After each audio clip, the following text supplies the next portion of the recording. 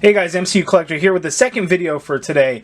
This one is the Marvel Legends, the Hasbro Marvel Legends series, Marvel Studios, the first 10 years. This is the new Ultron figure from Avengers Age of Ultron. Now this thing wasn't supposed to release, or so we thought, until, according to GameStop, October, according to Entertainment Earth, December. According to Hasbro from San Diego Comic-Con, I believe they said around December, and they also said it was going to be a GameStop and Entertainment Earth exclusive. We've since found out that I think Amazon's going to be selling these guys, and now, of all places, Best Buy already has them in store, already has them online. I believe they're actually sold out now, so you'll have to find them in store, but they are popping up.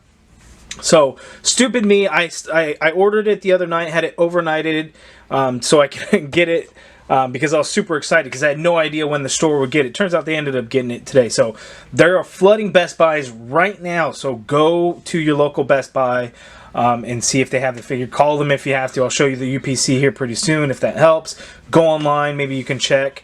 But here is the Ultron figure. So I'm just going to do a comparison, and I'm going to try and make it quick. I'm not going to try and make a really long video, and I know I say that every time, that it's going to be quick, and I end up taking forever, but I'm going to try and keep this down. So here we go, Marvel Studios, the first 10 years logo there, Legend Series up at the top, the A Avengers, Avengers Age of Ultron, Ultron, there is the figure there. Here on the side, this is the same concept artwork that is on the side of the Hulkbuster and Hulk package. So this can take the place of that 2-pack. Since that box was huge and stood taller than the others, they weren't level, this one will take the place. It's not a perfect fit. Go to my Instagram and you can actually see the completed panoramic image. It's not a perfect fit, but it definitely isn't too noticeable.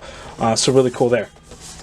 Here is the back of the package. Looking awesome. Age of Ultron poster there. We have Ultron. Let's take a look at that bio. Okay, and the bio reads, originally designed to be a peacekeeper, Ultron broke rank and took his cardinal mission to the extreme, determining that the only way to create true peace would be to eliminate humankind and cede all power to technology. That's pretty crazy. That is pretty extreme.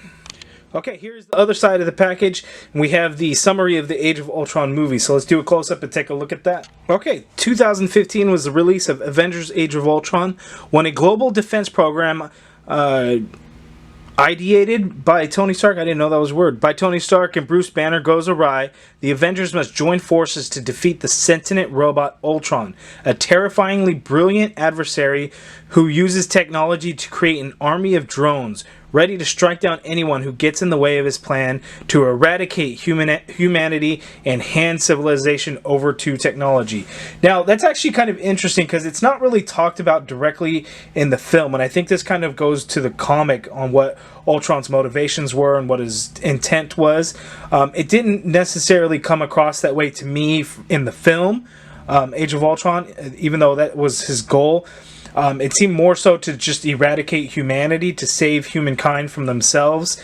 But this is saying that technology should lead, but I didn't get that from the movie. And maybe I'm wrong. You guys let me know what your guys' thoughts are. But real quick, here is the UPC for that, and you guys could check it out and go to your Best Buy, see if they have it. Oh, and before I move on, of course, there is no number, so this is not numbered. So you still have the 0 through 10, and of course the Red Skull and Tesseract had to be number 0. Ultron does not get a number, no number. This is just a one-off. Alright guys, so here is Ultron out of the package. So again, I'm going to just kind of brief overview just to kind of talk about the differences and compare, and then we'll do some close-up to see kind of some of the differences as well. The first thing though, and this was a big complaint before, was the lack of paint on this guy. Yes, there's some nice shiny metallic paint there on the legs, but it's not all the way through. A little bit over here on the chest and the arms and whatnot. There was absolutely 0 on the back. Nothing. And this was a Build-A-Figure. Like, come on. Hasbro, you can do better than that. And guess what? They did. They did it. Now, I know a lot of people are upset that they are re-releasing Build-A-Figures. So we've seen it multiple times now. The Walmart exclusive Thanos, that was a Build-A-Figure before. The Toys R Us exclusive Groot, that was a Build-A-Figure before. The, and now that I can't think of it, of course, the Thanos Build-A-Figure, the MCU Thanos in the 3-pack. So these Build-A-Figures keep getting released over and over and over again.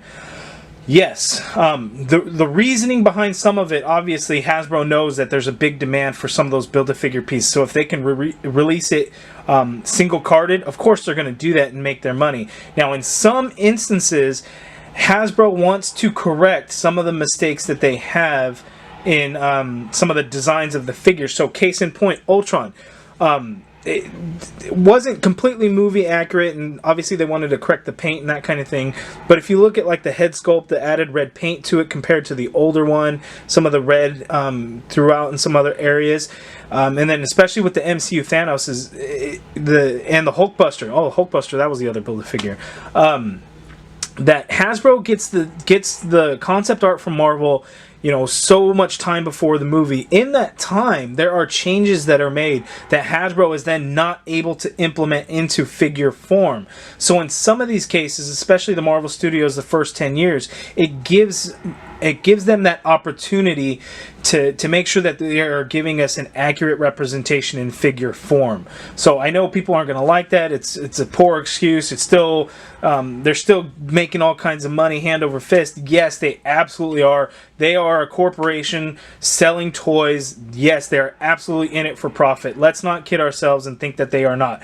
They are, but they do want to give us some things that are kind of movie accurate. So to that, I applaud them. So here you could just look at the paint. So very, very little paint on this guy. Nothing on the back. This thing is all in this metallic silver paint, except for these little hip joints right there. It's in a darker color. It's still actually metallic.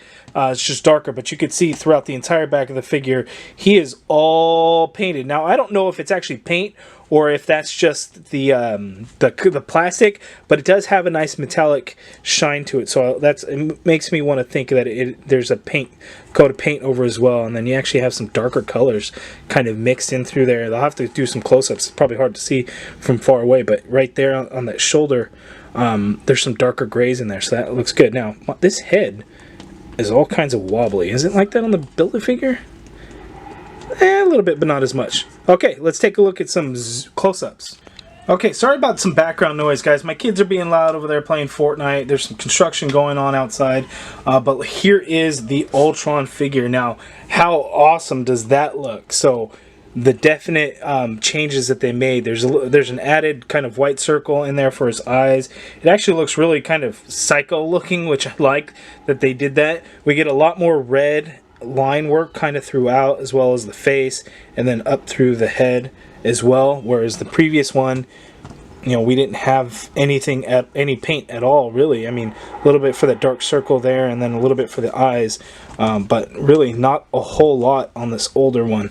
So it's really nice to see some of that added paint. And then here you could clearly see right in here the darker gray that's also in there. So that is another paint color that's in there besides just the silver and red that we see throughout. And as I drop things here on the arm, on the bicep, you could see that there's also some of that gray that's in there, and then some additional red. So there is some added paint detail in there, and it's not immediately noticeable, but you could see that they did add some things into there, so it's really nice. Even looking here on the legs, you see right in here along that calf piece, there's that other darker silver color that's in there, and that's actually on both sides of the calf. So it's those nice little added details that really kind of go a long way. It's a nice touch, and you can see that they could have easily just made it all the same silver color, but they didn't. They added that other color there, so they're making some attempts at some detail, so it is really nice. Another difference, as you could see there on the quads, you got that red line work that was not present on the older figure. And let me grab that so you could see here. See, there was nothing there. That's actually kind of some of the only area where we got a little bit of that metallic coloring there. And then in the torso piece, there's a lot more red added in, whereas before we only got 4 red lines and a little bit there on the chest. That red that's on the chest of the old one is actually gone. We get some of that darker metallic color throughout here, and it's not immediately noticeable, especially in some of this bright light that I have it in, but it's a nice little touch. And then we get more of that red in that torso piece. We get this added red on the wrists. That's on both sides. So that's nice. And then here, even on the back, you know, they could have just stuck with the all metallic silver. But even right there, the back of the shoulder piece, there's a little bit of that darker silver in there, as well as the other side. And then all throughout here is that darker silver color. And then the rest of it is just that same silver color. So, you know, they put some effort even on the back of the figure where it's, you know, it's really not necessary in this case. But Hasbro really stuck with it to make sure that the paint goes throughout. So there's some quality stuff in here. You know, at a time where we see some of the worst QC issues that Hasbro has had, it's nice to see that there's some figures where they're executing quite well. And I think they did that. They did an amazing job on this Ultron. I'm very pleased to have it. Now I have 2 Ultron figures. Actually, I have 3. My son has another Ultron somewhere, and I couldn't find it, but. It's nice to have this upgraded figure for sure. I think it's definitely worth the $24.99 that you'll find it for.